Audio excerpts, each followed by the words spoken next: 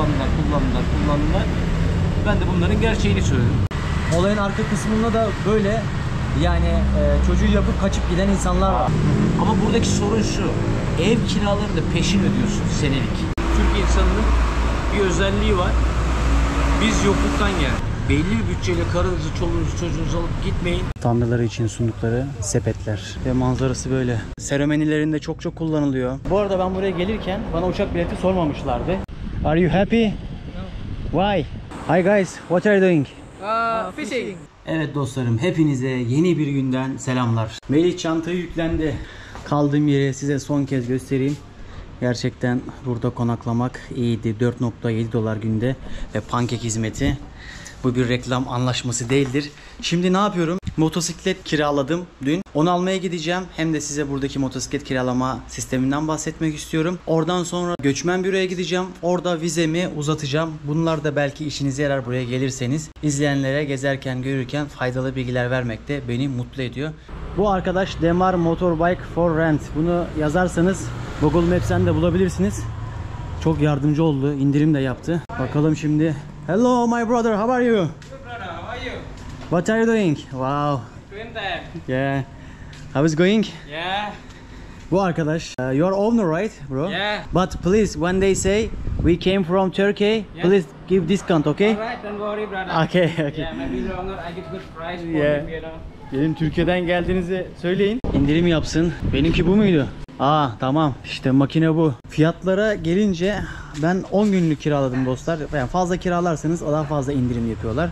Günlüğü 50 bine geldi. Yani şöyle söyleyeyim. Günlüğü 100 liraya bir fiyat verdim.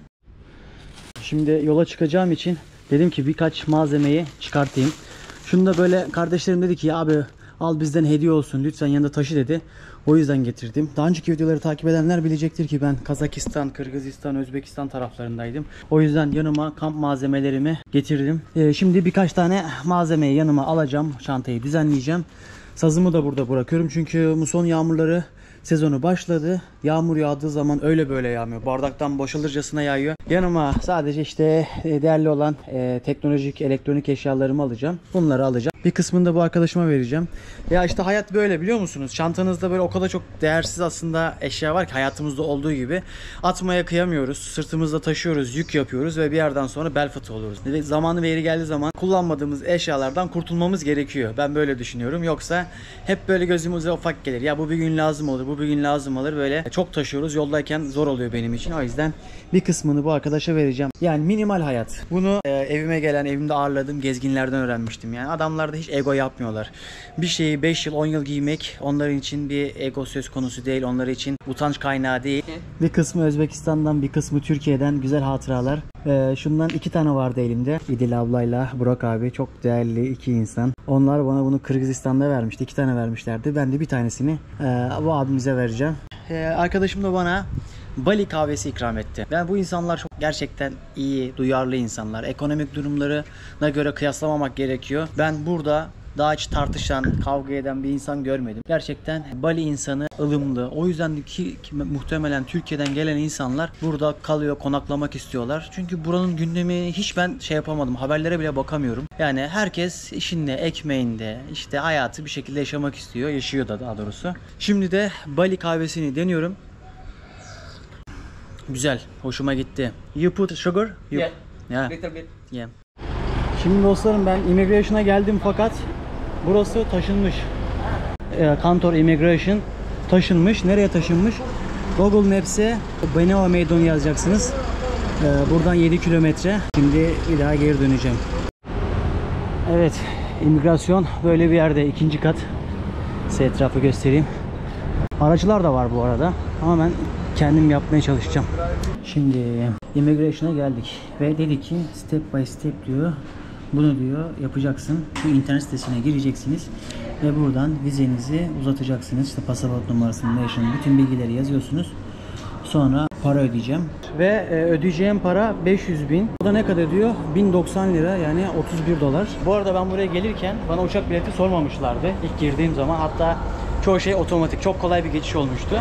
Ama buradayken uçak dönüş biletini sordular. Aklınızda bulunsun. Eğer vizenizi uzatacaksanız uçak biletinizi ayarlayın derim. Ve size diyecekler ki post ofise geleceksiniz. Kapıdaki şu araba post ofis. Burada sadece cash ödeyebiliyorsunuz. Yukarıda kredi kartıyla da ödeme yapabiliyorsunuz. Bu arada gelirken motosikletle birkaç olaya şahit oldum. Şimdi motosikleti kiralarken burada herhangi bir ehliyet sormuyorlar. Ama şuna dikkat edin ki eğer burada kasksız gezerseniz özellikle polisler sizi durduruyor. Yerliyi çok durdurmuyor.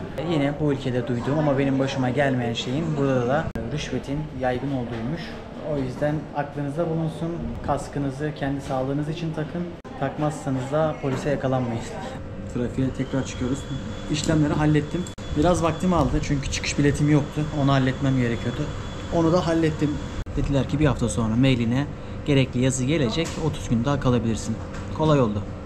Nerede kalacağımı bilmiyorum. Nereye gideceğimi bilmiyorum ama şurada birkaç tane yer işaretlemiştim.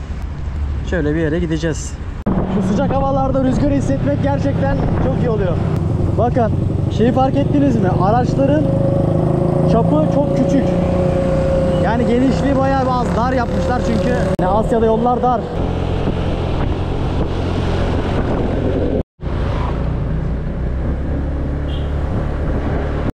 Evet. Hostelimize geldik. Böyle bir yer. Bambudan, ahşaptan yapılmış bir yer. Kliması yok. Benim için önemli olan güvenliği abi. Kapalı olsun. Sağdan soldan kimse girmesin. Burası bir de tek kişilik oda ya. Kaldığım yerleri de paylaşıyorum ki bazen kalmak isteyen insanlar, soran insanlar oluyor. Ve gelelim fiyata. Ne diyorlar böyle bir yere? 5.68 dolar, 200 lira. Klima falan yok ama tek kişi kalacağım. O güzel. Merkezden biraz uzakta 5-6 kilometre ama benim için problem değil. Niye? Çünkü motorla gezeceğim. Şimdi kaydı yapıyorum. Burada da restoranı falan var. Fiyatları da göstereyim size. Mesela pizzası 120 lira. Burgerı 90 lira, 100 lira. Nasi goreng, o pilavlı yumurtalı yiyeceği 70 lira. Fiyatlar genelde böyle. Instagram için bir tane video çekmiştim ama herhalde YouTube'da bahsetmedim bu çiçekten. Hint mabet ağacının çiçeği. Çok güzel kokuyor ve akşamları daha da güzel kokuyor. Daha güçlü, kuvvetli kokuyor. Abi bu ağaç Hinduizm, Budizm için önemli bir ağaç. İbadetlerinde çokça kullanıyorlar.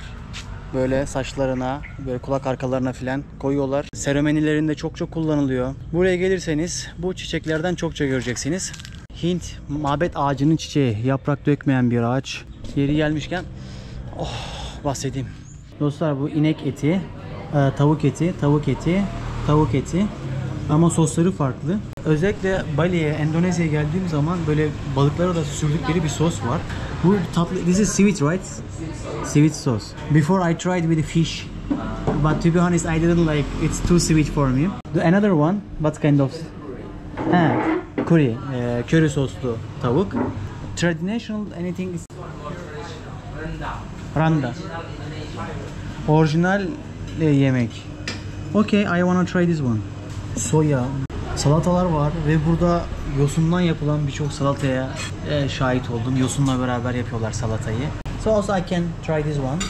20 liraya pilav yiyorsunuz. Mesela o yediğim pilav 20 lira falan. O etler falan da 50 lira. Et güzel pişmiş. Pilavı da burada sade yapıyorlar. Salataları bizimkinden çok farklı. Genel olarak öğünlerinde çok kalori yok. Ve Balangan plajı. Yine gelirken bir tane tezgah kurmuşlar. Buraya giriş de ücretli. Bali'de abi çoğu şelalenin, çoğu plajın önüne bir tezgah atıyorlar. Ücretli yapıyorlar. Bazı şelalelere giriş 250 lira filan. Abi bu denizin özelliği 1900'lü yıllarda buralar daha bilinmez. Sörfçüler buraya geliyor. Sonra bir bakıyorlar çok bakir bir yer. Sonra tabii o sırada işte turizm patlıyor. Birçok proje yapılıyor. Bazıları gerçekten rüya olarak kalıyor. Bitirilemiyor. Şimdi de dünyanın çoğu yerinden buraya insanlar geliyor. Biraz yürüyelim bakalım. Bali'ye gelirken ya kardeşim ben çok güzel denizlere gireceğim diyorsanız biraz işiniz zor. Sebebi de genelde burası dalgalı. Açık deniz. İnsanlar genelde sörfe geliyorlar. Tabii ki denize giren var, giriliyor ama özellikle bu bölgelere sörf için geliniyor. Ben kardeşim yüzeceğim dersen Gili Adası'na gideceksin. Gili Adası da Lombok'a bağlı. Yani o da gemiyle, feribotlarla 3,5 saat sürüyor. Ki size bir tavsiyem. Kutadan sonra buralar çok sakin geldi. Baksanıza 3-5 kişi anca varız burada. Ya muhtemelen bu tarzda birçok sahil vardır. Bunlardan sadece bir tanesi burası. Ama güzel yanı az sonra şu tarafa da gideceğim. Velhasıl dostlar, burası tam kafa dinlemelik. Abilerim gibi kitap okuyanlar, yürüyüş yapanlar, ileride sörfçüler var. Bu sahil muhtemelen sörf okullarına ait, yani birçok sörf okulu var. Baksana da kardeşlerim Avrupa'dan gelmiş. Sarı saçlı, renkli gözlü. O filmlerdeki sörfçüler burada işte. Hi guys, what are you doing? Fishing. Fishing. Yes. Can I see? Yes. You see. What's name? Sayang sayang. Local name doesn't matter. Local name is sayang sayang. Sayan Chayan. Yeah. Sayang sayang. And that's a karides or Udang. udang? Bahasa Inggris nih. Udang. YouTube. Yeah, YouTube channel.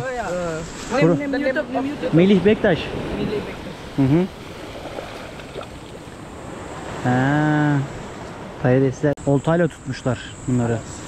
And also, so can you eat this one also? You can eat? Yes. Okay. Okay.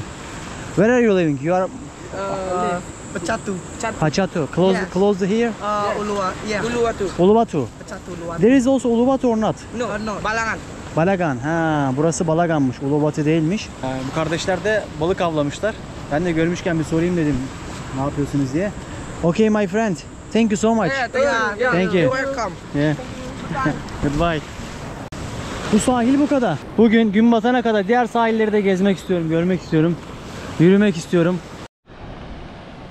Abi yalnız yukarıdan daha güzel. Bu kardeşlerim de evleniyor.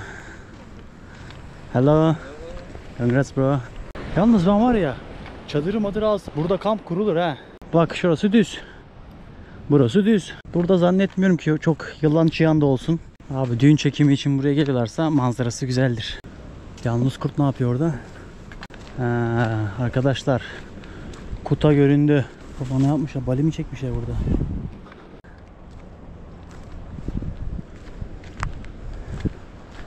Resim düşünceli. Hello my friend, how are you? Good.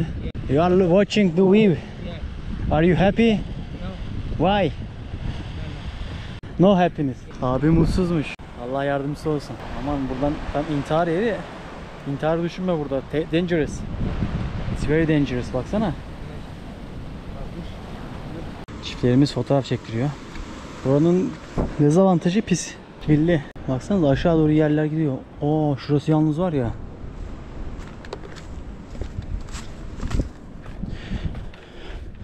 İşte burada da güven olmaz ki ya. Akşam hapçısı otçusu gelir. Ne yapıyorsun hemşerim burada der.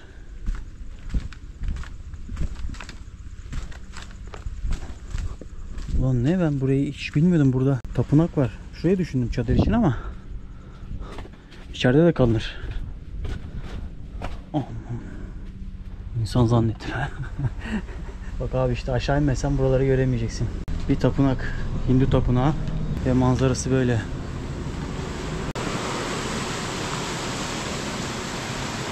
Dünyanın en iyi manzaralı Hindu tapınaklarından biri olabilir. Abilerimiz de görmedi temple. Dedim inin aşağı, bir temple var. Benim için dua ederler umarım. Yalnız var ya aşağısı ürkütücü dostlar. Instagram'da manyaklar görüyorum, böyle koşuyorlar atlıyorlar. Muhtemelen böyle yerlerden atlıyorlar.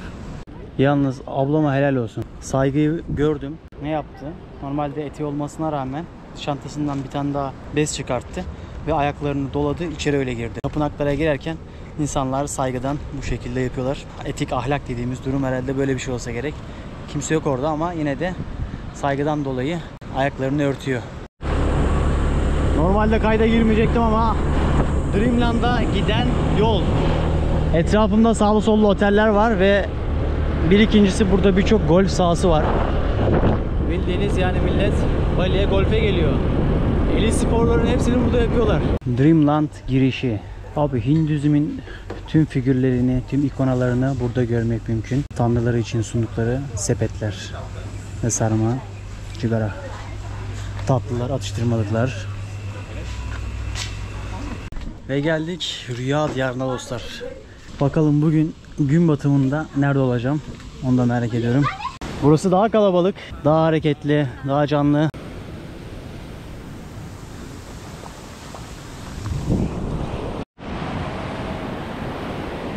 Her gittiğim sahilin bir ucundan bir ucuna bir yürümem var. Yine oradan başladım. Kaya dibine doğru gidiyorum. Bu bölge yalnızlığı sevenler için herhalde. Melih gitme oğlum. Başına bir iş gelecek, gitme ya. Ama işte keşfetme hali. Buralara kadar dalgalar zaten geliyor. Aşındırmış buraları. Dalga vursa var ya buraya. Baksanıza abi nasıl geliyor bak. Köpecik nasıl hararet yaptıysa hemen geldi suya girdi. Serinledin mi sen? Heh. Serinledin mi sen? Hiç oralı olmadı.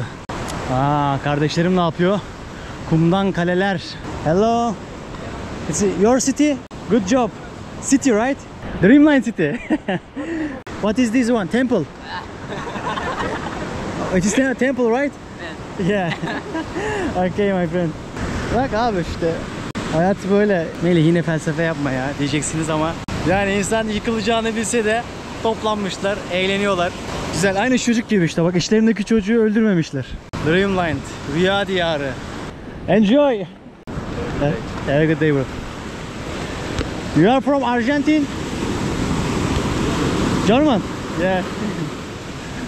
Daha önceki videolarda hep bahsediyordum. Böyle buraya gelen insanların şu anda tek derdi dalga yakalayayım. Şuradan keyif yapayım. Gün batımını seyredeyim. İşte spor yapayım, top oynayayım. Kumdan kaleler yapayım. Coğrafyanın farklı gündemleri var. Buranın gündemi de öyle. Belki bir kısmı tatile geliyordur da. Yani ülkelerine dönünce tekrardan kendi gündemleri, eğer onları yakalarsa yapacak bir şey yok ama burada insanların gündemleri genelde böyle. Eğlence yani, hayatı eğlence olarak geçirmek, keyifli vakit geçirmek. Bu sörfçüleri izlemeye insan doyamıyor ya, gerçekten çok keyifli görünüyor. Daha önce denedim ama zor abi burada. Burası büyük deniz, adam yutar. Bu arada haritadan bakıyorum, bir tane nokta koymuştum. Gizli sahil diye. Buradan gidiliyormuş. Bunda bir problem yok. Ama arkadaş dedi ki saat 7'den sonra deniz ön tarafa doğru geliyor. O yüzden dönemezsin dedi. Buralardan geçemezsin dedi.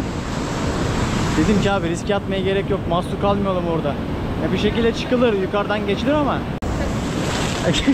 Abla. İşte cool görünmedi sanki ama. Abi baksana ya.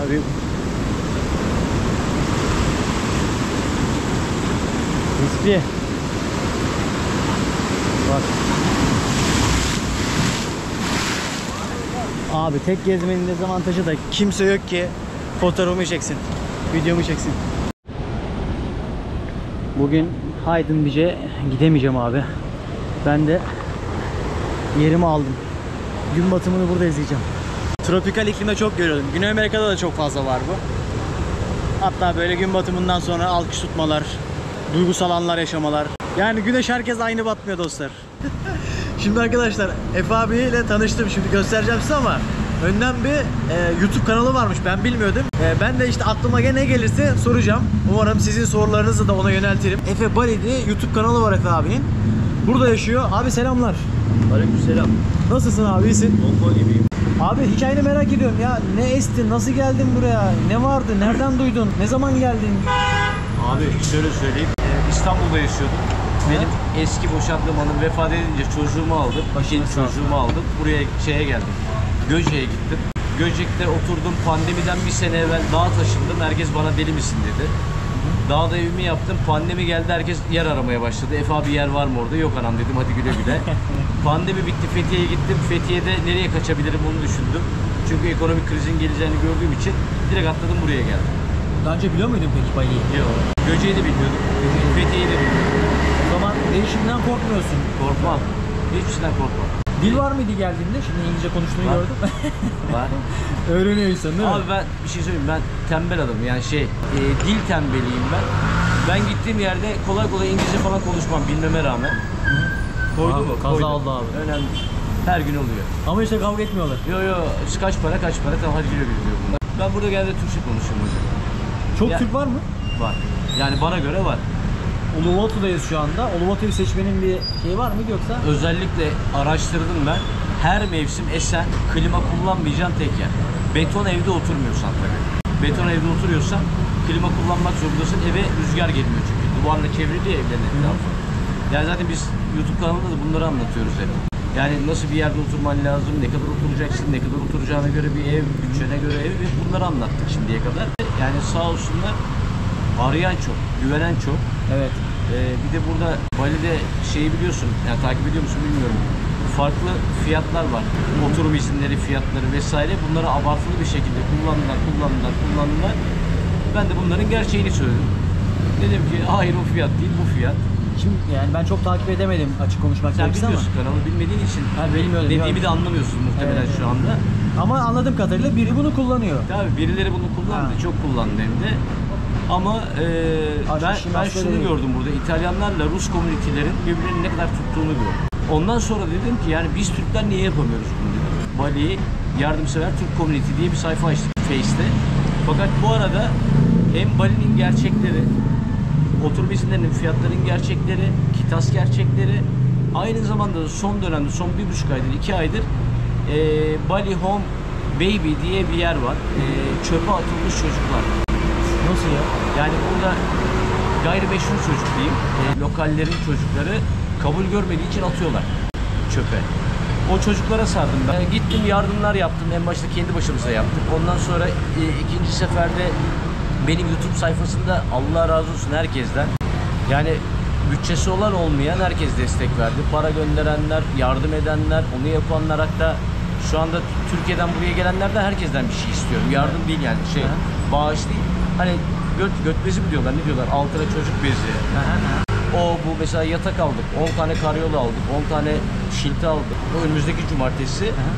Orada onlara bir parti vereceğiz. Eğer yapabilirsem bu hafta, yapamazsam 2-3 hafta sonra palyaçolar götüreceğim. Pasta, yani bu hafta gidiyoruz zaten de. Güzel, manevi bir tat var değil mi orada? Ya abi ben şu anda mutluyum. İlk geldiğimde şey yapıyordum, hani Bali'ye gelmenin hazı güya, ama hep içimde bir boşluk vardı. Oğlum gidince ben bu boşluğu anladım. Çünkü 10 sene, 11 senedir annesi vefat ettiğinden dolayı onunla beraberdik biz.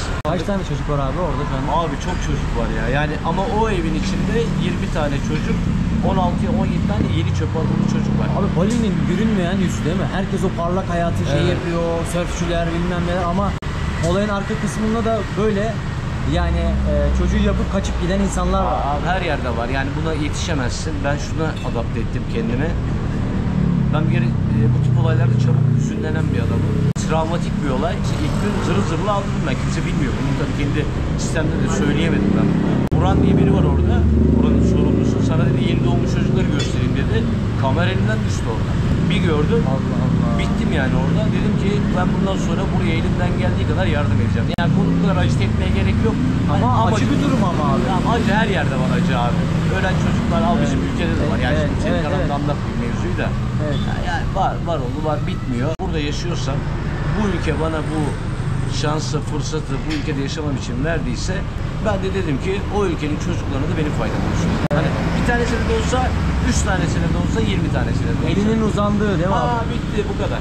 Ama 60 kilometre her gidiyorum geliyorum 1 kilo veriyorum ben. Motorla bir gidiyorum geliyorum 1 kilo düşmüşüm. 15 kilo verdim ben. Ben buradayken bir gönüllü bir iş yapmak istiyorum ama yaptığım gönüllü işinde bir anlamı olsun istiyorum. Gel 23'ünde bizde. Vaksin varsa tabii. Tamam abi. Tamam. Hani o oyunu istiyorum. Bu arada abi tam konu açılmışken bilmiyorum haberin var mı? Güzel yani insanın elinin temas ettiği yeri güzelleştirmesi. Hani manevi haz diyorlar yani, maddi haz yemek yersin doyar eder ama manevi hazın şeyi Türkleri farklı. bu konuda bir araya getirmeye çalışıyor. Hani demin şuradan açıldı konu. Türk'ü burada kar amacıyla da olsa, başka bir amacıyla da olsa gereksiz marjlarla fiyatlar alınıyor. Biz de dedik ki kar yok. Sadece Türkleri bir araya, yani 100 kişiden 50 kişiyi bir araya getirebilsem, 30 kişiyi bir araya getirebilsem, 30 kişi büyük güç. Yani burası kazanır. O gelen Türk'ün açtığı dükkan kazanır, öbür taraf kazanır. Herkes bir kazan yapar. Abi ben bir tane Rus'la tanıştım. O bahsetti.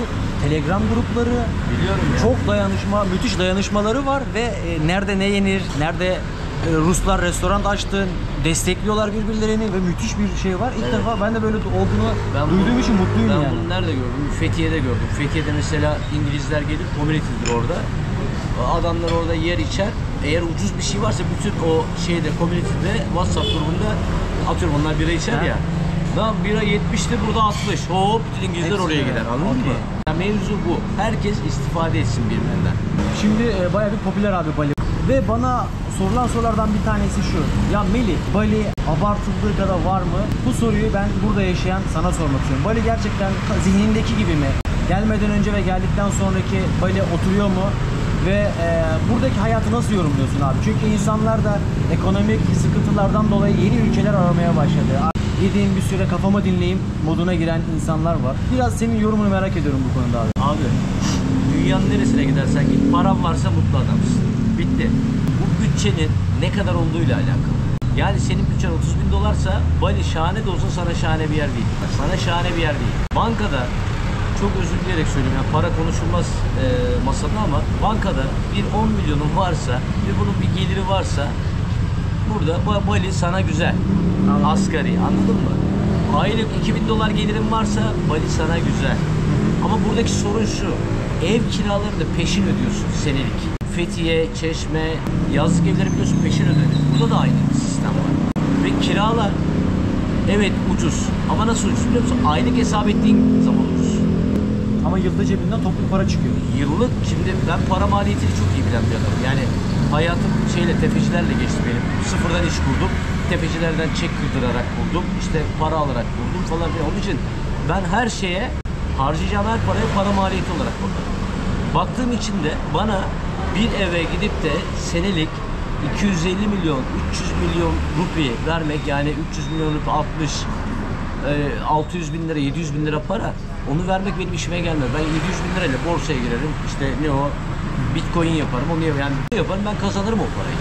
Ama durağan geliri, pasif geliri olanlar için, yani atıyorum Türkiye'de bir evim var, bilmem nerede bir param var. Onların karşılığı asgari 2000-2500 dolar olması gerekiyor. Bak şansımıza. Gel. Köfteler de geldi. Abi selamlar. Merhaba. Merhaba, nasılsın abi, iyisin? İlker köfte yaptı şimdi. İlker Lüleburgazlı ama et biraz kolpa geldi. Yok. Güzel mi? Biraz şeyini ayarlamak lazım. İlker abi sen güzel işletme sizin mi? Yok. He. Arkadaşım, ben sadece hani yemek için yaptık. Dükkan açacak. Köfteleri yap, ondan sonra dükkan açacak. Bir göreyim. test var ha. Yiyin bakalım. Nasıl abi? En kötü yaptığım şey bir de. Yani bir Türk daha buraya gelip burada yerleşiyor. Bu İnşallah. Ulubatı'ya mı Ya şimdi düşünüyorsun abi? Efe abi Bakacak nasıl abi. derse bakacağız. Daha şu an belli değil. Yani o Şu an sadece tatildeyim. Saygısından öyle söylüyor da. Şu an sadece tatildeyim. Et güzelse buraya gelir. Allah. Bakma yani öyle. Anne köftesi gibi olmuş lan, yemin ediyorum bak. Ben şu an eti Abi bilmiyorum. çok iyi olmuş.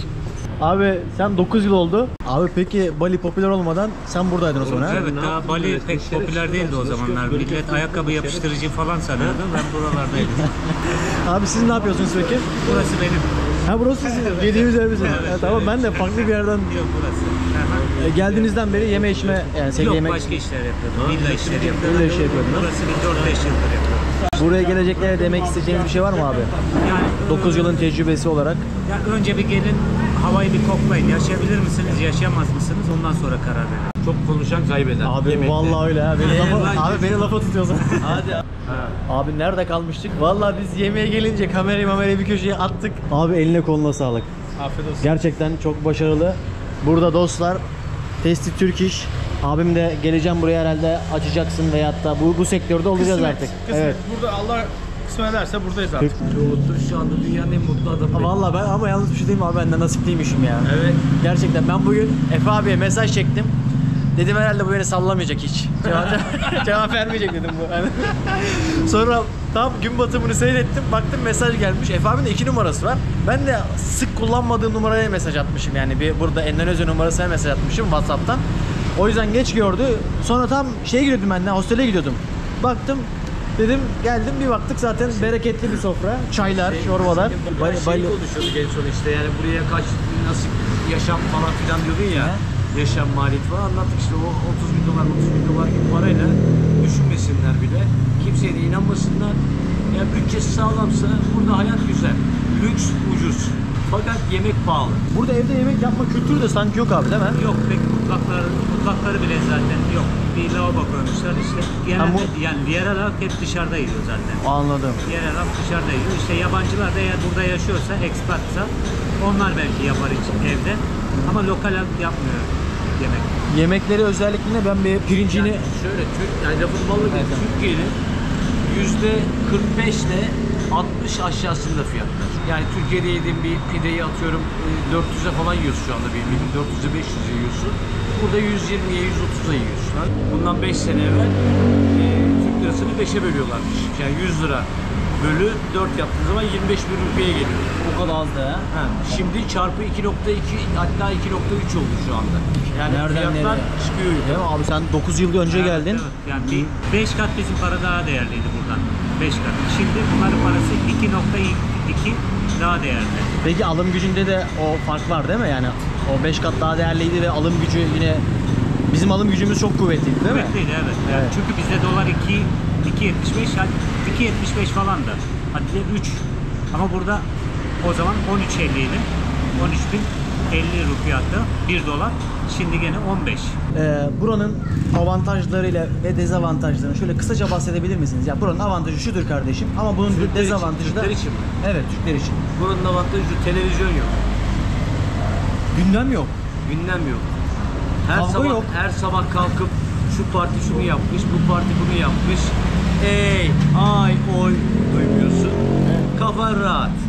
Ama buranın tabii dezavantajları var. Belli bir parayla gelen için yaşam koşulları yani dediğimiz gibi hani 4'e bölerken 2.2 ile çarpıyorsun. Belki yarın 2.3 ile 2.4 ile çarpacaksın. Ya burada mutlaka bir iş yapmak zorundasın. İş yapmak zorunda olduğun zaman da her açılan dükkan birbirinden daha iyi hale gelmeye başladı burada. Evet. Ama önemli olan burada bence herkesin aradığı yenilebilir bir yemek arıyor herkes. Yıkar geçer ama uzmanlık alanı ve param varsa. Genelde Türkler yemek sektöründe mi abi? Yemek sektörü. Öyle yönlendiriliyor. Öyle yönlendiriyor ama gelip de burada hani turizm işi büyük işler de yapabilirler. Türk insanının bir özelliği var. Biz yokluktan geldik. Yani biz 66 jenerasyonuyuz. Yokluktan geldiğimiz için biz her şeyin farkındayız. Veya farkında olduğumuza inanıyorum. Böyle söyleyeyim. Bayağı olmasın. Yeni jenerasyon için söylemiyorum bunu. Ama 40, 35, 50 yaş grubu iyi bir gözlemle ne iş yapabileceğini bulur burada. Parası da varsa. Uzmanlık alanı da varsa. Yeni jenerasyon farklı işler peşinde. Onların yaptığı işlerden ben anlamam. Dijital nomadlar vesaire bilmem ne. Onlar zaten kendi işini kendileri yapıyorlar. Ama burada kesinlikle hiçbir dünya ülkesine belli bir bütçeyle karınızı, çoluğunuzu, çocuğunuzu alıp gitmeyin. En başta kendiniz gidin. Görün. Baktınız başarılısınız, alın karınızı, çocuğunuzu. Ama birilerinin sözüyle buralara kalkıp 7 sülalenizi getirmeyin. Tecrübeli olursunuz. Abi çok teşekkür ederim. Çok sağ olasın. Vallahi çok memnun oldum. Bir anda böyle bir atmosferde kendim bulacağımı düşünmüyordum. Bu videoyu da burada bitireyim dostlar. Doğaçlama bir video oldu. Yani gelişi güzel. Bir dahaki videolarda görüşmek üzere arkadaşlar. Kendinize iyi bakın.